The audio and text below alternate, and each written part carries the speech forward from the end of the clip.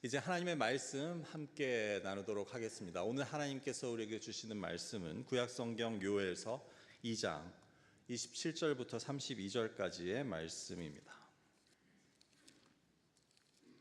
요엘 2장 27절부터 32절을 제가 봉독하겠습니다.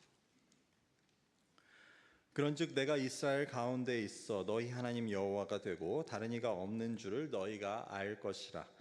내 백성이 영원히 수치를 당하지 아니하리로다. 그 후에 내가 내 영을 만민에게 부어주리니 너희 자녀들이 장래일을 말할 것이며 너희 늙은이는 꿈을 꾸며 너희 젊은이는 이상을 볼 것이며 그때 또 내가 또 내 영을 남종과 여종에게 부어줄 것이며 내가 이적을 하늘과 땅에 베풀리니 곧 피와 불과 연기 기둥이라. 여호와의 크고 두려운 날이 이르기 전에 해가 어두워지고 달이 핏빛같이 변하려니와 누구든지 여호와의 이름을 부르는 자는 구원을 얻으리니 이는 나 여호와의 말대로 시온산과 예루살렘에서 피할 자가 있을 것이미요 남은 자 중에 나 여호와의 부름을 받을 자가 있을 것임이니라. 아멘. 이 시간 미랄 성가대에 나오셔서 하나님께 찬양 올려드리시겠습니다.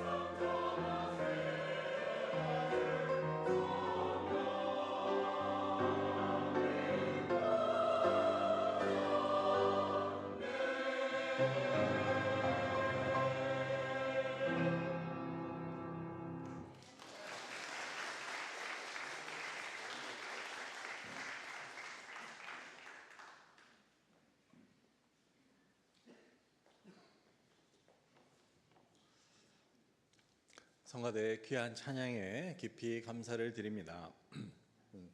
성가대에 처음 우리 함께 새로 해주신 분은 지난 주에 서주신 우리 김유아 집사님과 또 김용민 형제님, 그리고 오늘 서현보 형제님까지 해서 함께 또 성가대에 조인해 주셨습니다. 우리 이분들도 우리 박수로 환영했으면 좋겠습니다. 감사합니다.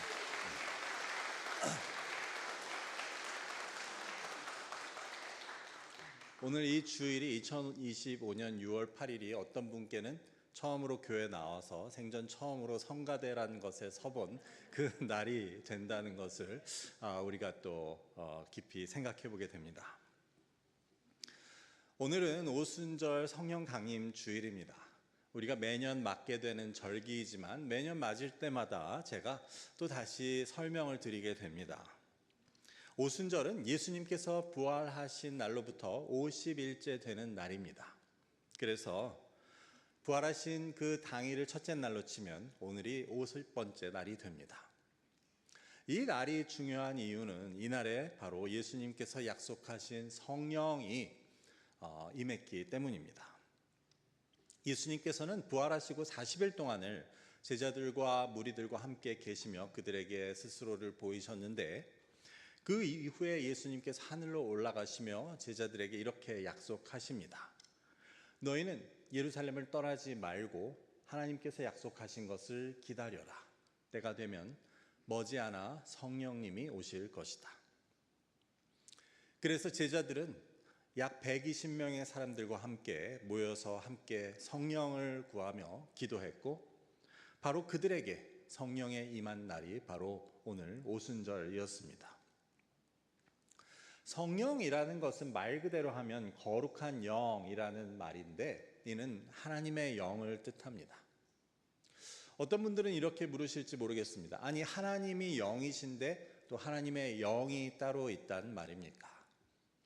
그래서 우리는 여기서 우리 기독교에 있어서 가장 중요하면서 어려운 교리인 삼위일체라는 것을 마주하게 됩니다. 그 뜻은 하나님은 한 분이시지만 그 한 분 하나님이 세 분으로 존재하신다는 그러한 내용입니다. 그 세 분은 성부와 성자와 성령, 그래서 아버지와 아들과 성령인데 그 모두가 사실은 한 분 하나님이라는 것이 그 내용입니다. 이것을 우리가 머리로는 이해하기 쉽지 않습니다. 그래서 성경이 보여주는 설명을 한번 들어보면 태초부터 즉 하나님이 천지를 창조하실 때부터 이 세 분은 같이 계셨습니다.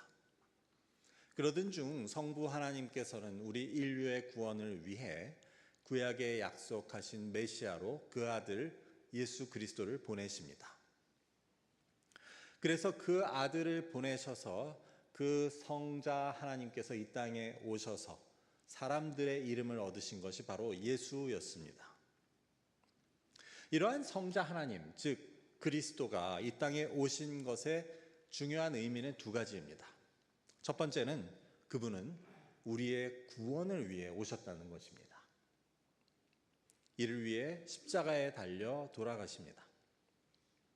그런데 이에 못지않게 중요한 사실은 그리스도께서 이 땅에 오신 것은 하나님의 성육신을 보여준다는 점에 있습니다.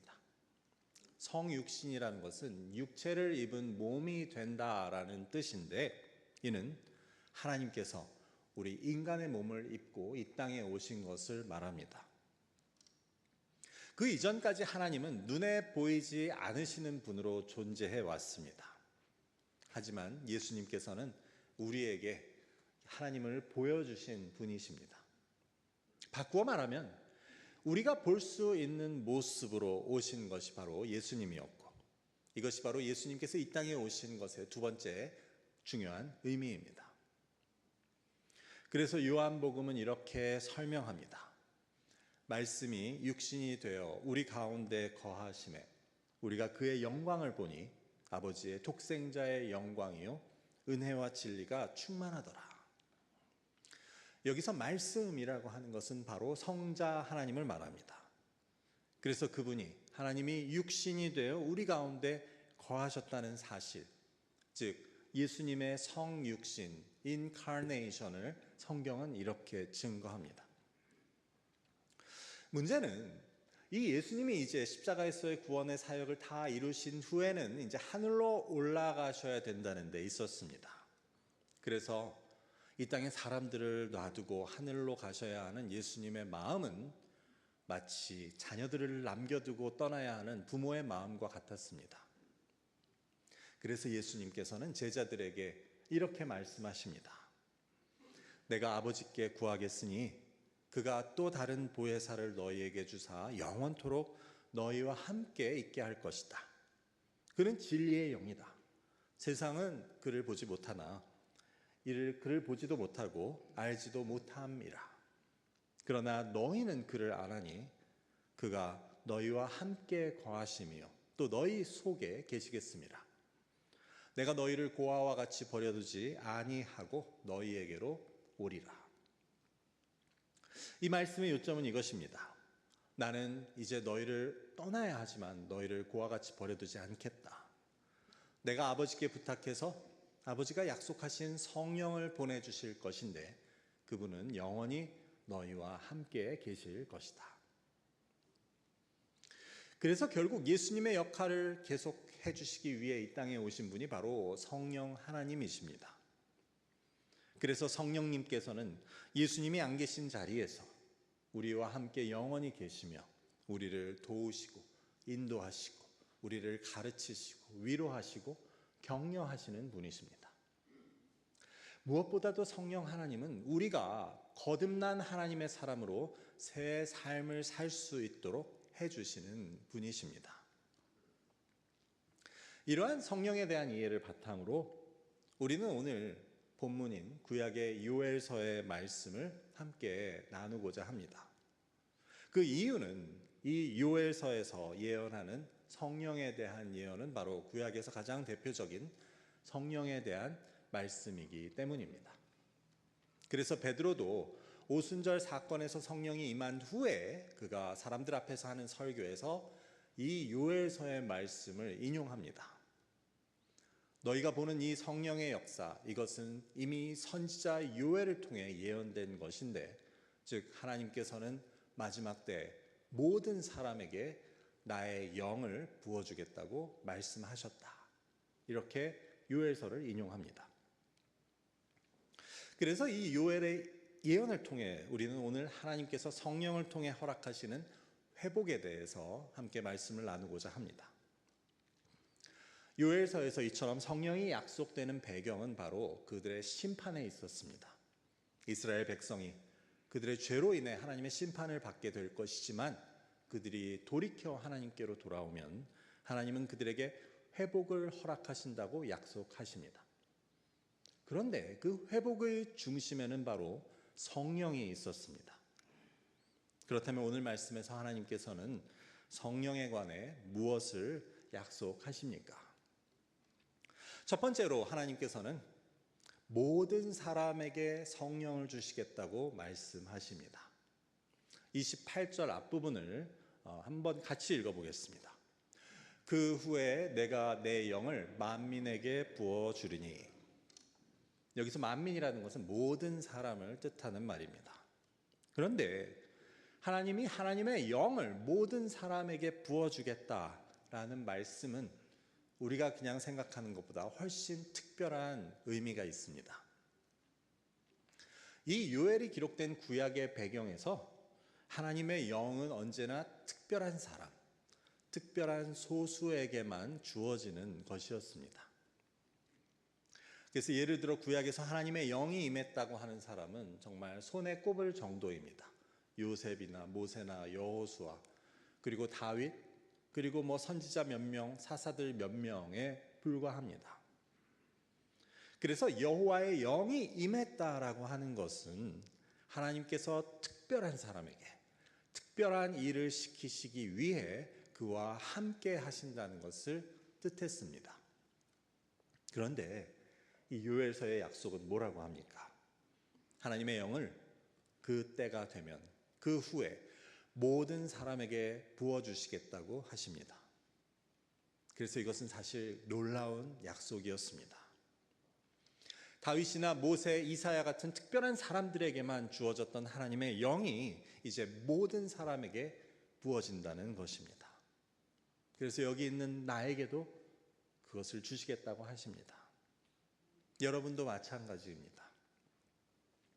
여러분, 그러면 이것을 받아야겠습니까? 아니면 주님, 저는 괜찮으니 다른 사람 주세요, 이렇게 해야겠습니까?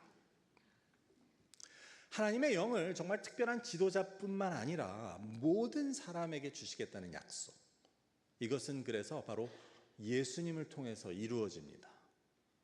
하나님이 그때라고 말씀하신 그 시기는 요엘서 당시의 사람들은 알 수 없었지만 결국 그것은 바로 메시아, 즉 예수님께서 오셨을 때를 말하고 있었습니다. 하나님은 여기서 만민이라는 말을 다시 한번 강조해서 부연 설명을 하십니다. 29절을 제가 한번 읽어보겠습니다. 그때 내가 또 내 영을 남종과 여종에게 부어줄 것이며, 하나님께서는 앞에서 만민을 이야기하셨지만 특별히 남종과 여종이라고 다시 말씀하십니다. 당시에 그저 주인의 소유로 여겨졌던 종들에게도, 노예들에게도 그들의 신분과 상관없이 하나님의 영을 부어주시겠다고 하십니다. 이 말은 특별히 당시 계급사회에 익숙한 사람들에게는 정말 이해할 수 없는 일이었지만 이것 역시 예수님이 오시게 되면 일어날 일을, 그 복음을 보여주는 것이었습니다. 사도 바울은 나중에 예수님의 복음을 이야기하며 골로새서 3장 11절에서 이렇게 말합니다. 거기에는 헬라인이나 유대인이나 할례파나 무할례파나 야만인이나 스구디아인이나 종이나 자유인이 차별이 있을 수 없나니 오직 그리스도는 만유시요 만유 안에 계시느니라. 바울은 복음에 있어서는 다른 구별도 그렇지만 종과 자유인 사이에도 차별이 없다고 말합니다. 이것은 바로 요엘이 예언하는 것이었습니다. 하나님의 영을 남종과 여종들에게도 부어주겠다는 것은 하나님의 약속과 복음의 은혜가 모든 사람에게, 심지어 노예들에게도 차별 없이 주어질 것이라는 약속의 말씀이었습니다. 그래서 이처럼 첫 번째로 요엘을 통한 성령의 약속에 있어서 중요한 것은 성령을 모든 사람에게 주시겠다는 것입니다. 이렇게 모든 사람에게 약속하신 성령을 우리도 받아야 하지 않겠습니까? 우리가 하나님의 사람인데 우리가 하나님의 사람으로 살아가려면 하나님의 영이 없이는 안 됩니다. 로마서 8장 9절입니다. 만일 너희 속에 하나님의 영이 거하시면 너희가 육신에 있지 아니하고 영에 있나니 누구든지 그리스도의 영이 없으면 그리스도의 사람이 아니라. 여러분은 그리스도의 사람입니까? 그러면 여러분의 안에는 하나님의 영, 성령이 있습니까? 하나님은 우리 모두에게 성령을 주시겠다고 약속하시는데 우리는 그것을 하나님이 나 개인에게 주시는 약속으로 받아야 합니다. 내가 아닌 다른 사람의 이야기로 들어서는 안 됩니다. 성령을 선심 쓴다고 다른 사람에게 양보해서는 안 됩니다. 하나님은 모든 사람에게, 심지어 종들에게도 성령을 주시겠다고 하십니다. 성령은 로마서에 따르면 그 사람이 하나님의 사람이라는 표시입니다. 그래서 성령은 우리가 하나님의 사람임을 증거해 주는 역할을 하시는 분입니다. 무엇보다도 우리는 성령이 없으면 내 힘으로는 거듭난 삶을 살 수 없습니다. 성령이 없이는 하나님의 뜻을 알지도 깨닫지도 행하지도 못합니다. 그래서 예수님의 약속을 받은 제자들은 이 성령을 받기 위해 모여서 간절히 기도했습니다. 성령을 받기 위해 기도했고, 그런 그들에게 예수님이 약속하신, 아니 그 이미 몇백 년 전에 하나님께서 요엘 선지자를 통해 약속하신 그 성령이 임한 것입니다. 그래서 우리도 사모해야 합니다. 우리도 성령 충만을 받기 위해 기도해야 합니다. 그럴 때 하나님께서는 우리에게 약속하신 대로 성령을 부어주시고 우리는 비로소 그리스도인으로 거듭난 새 삶을 살 수 있습니다. 두 번째로, 이런 성령이 임하셨을 때 우리에게 허락하시는 회복이라는 것은 그러면 어떤 것입니까? 요엘에 의하면 그것은 모든 세대들 사이의 소통과 관계의 회복이었습니다. 28절을 한번 같이 읽어보시겠습니다. 그 후에 내가 내 영을 만민에게 부어주리니 너희 자녀들이 장래일을 말할 것이며 너희 늙은이는 꿈을 꾸며 너희 젊은이는 이상을 볼 것이며. 자, 여기 보면 여러 세대들이 나옵니다. 오늘 여기도 새로 오신 방문해 주신 분들도 여러 세대의 분들이 방문해 주셨습니다. 너희 자녀들이란 말은 우리의 다음 세대를 말합니다. 그리고 늙은이라고 하는 말들은 늙은이라고 나오는데 성경의 말투가 좀 예의가 없죠. 늙은이가 뭡니까? 그런데 그것도 어떻게 보면 좀 우리의 선입견인 것 같습니다. 늙은이의 반대말은 젊은인데 우리가 젊은이라고 부른다고 뭐 화를 내지는 않지 않습니까? 그럼에도 왠지 듣기가 좋지 않아서 새번역 성경은 젊은이는 그대로 두고 늙은이란 말은 노인들로 바꾸어서 번역을 했더라고요. 그게 좀 듣기 나은 것 같습니다. 그래서 지금 이 구절이 설명하는 것도 이런 세대 간의 이해라고 할 수 있습니다. 우리의 다음 세대들, 우리의 자녀들은 장래일을 말하고 우리의 이전 세대들은, 노인분들은 꿈을 꾸고, 그리고 너희 세대들은 이상을 볼 것이라고 말합니다. 성령이 임하면 이렇게 된다고 말합니다. 여기서 우리는 장래일을 말하고 또 꿈을 꾸고 이상을 보는 게 무엇을 뜻하는지가 궁금하지만 사실 여기서는 그것들의 차이가 중요한 것 같지는 않습니다. 대신 그것들의 공통점이 중요합니다. 즉, 이 모든 일들은 성령으로 인해서 하게 되는 일들을 보여줍니다. 성령이 아니면 하지 않을 만한 일들을 말합니다. 그래서 바꾸어 설명하자면 장래일을 말한다는 것은 내가 내 말을 하는 것이 아니고 성령이 시키는 말을 한다는 뜻이고, 꿈을 꾼다는 것도 내 생각이 아니고 성령이 주는 생각을 갖는다는 것을 말하고, 이상을 본다는 것도 내가 보는 것이 아니고 성령이 보여주는 것을 본다는 것을 뜻합니다. 그래서 이 세 가지는 말하고 생각하고 보는 것을 두루 이야기합니다. 그래서 장래일을 말하고 꿈을 꾸고 이상을 보는 것은 내가 내 생각대로 내 스스로 말하고 생각하고 보는 것이 아니고 성령이 시키는 것을 말하고 생각하고 보는 것을 뜻합니다.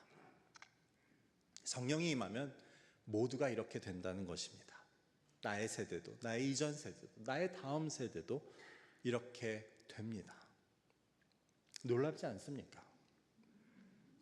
그래서 이런 해석은 우리로 하여금 이 구절을 통하여 모든 세대들 간의 소통의 회복을 꿈꾸게 해줍니다.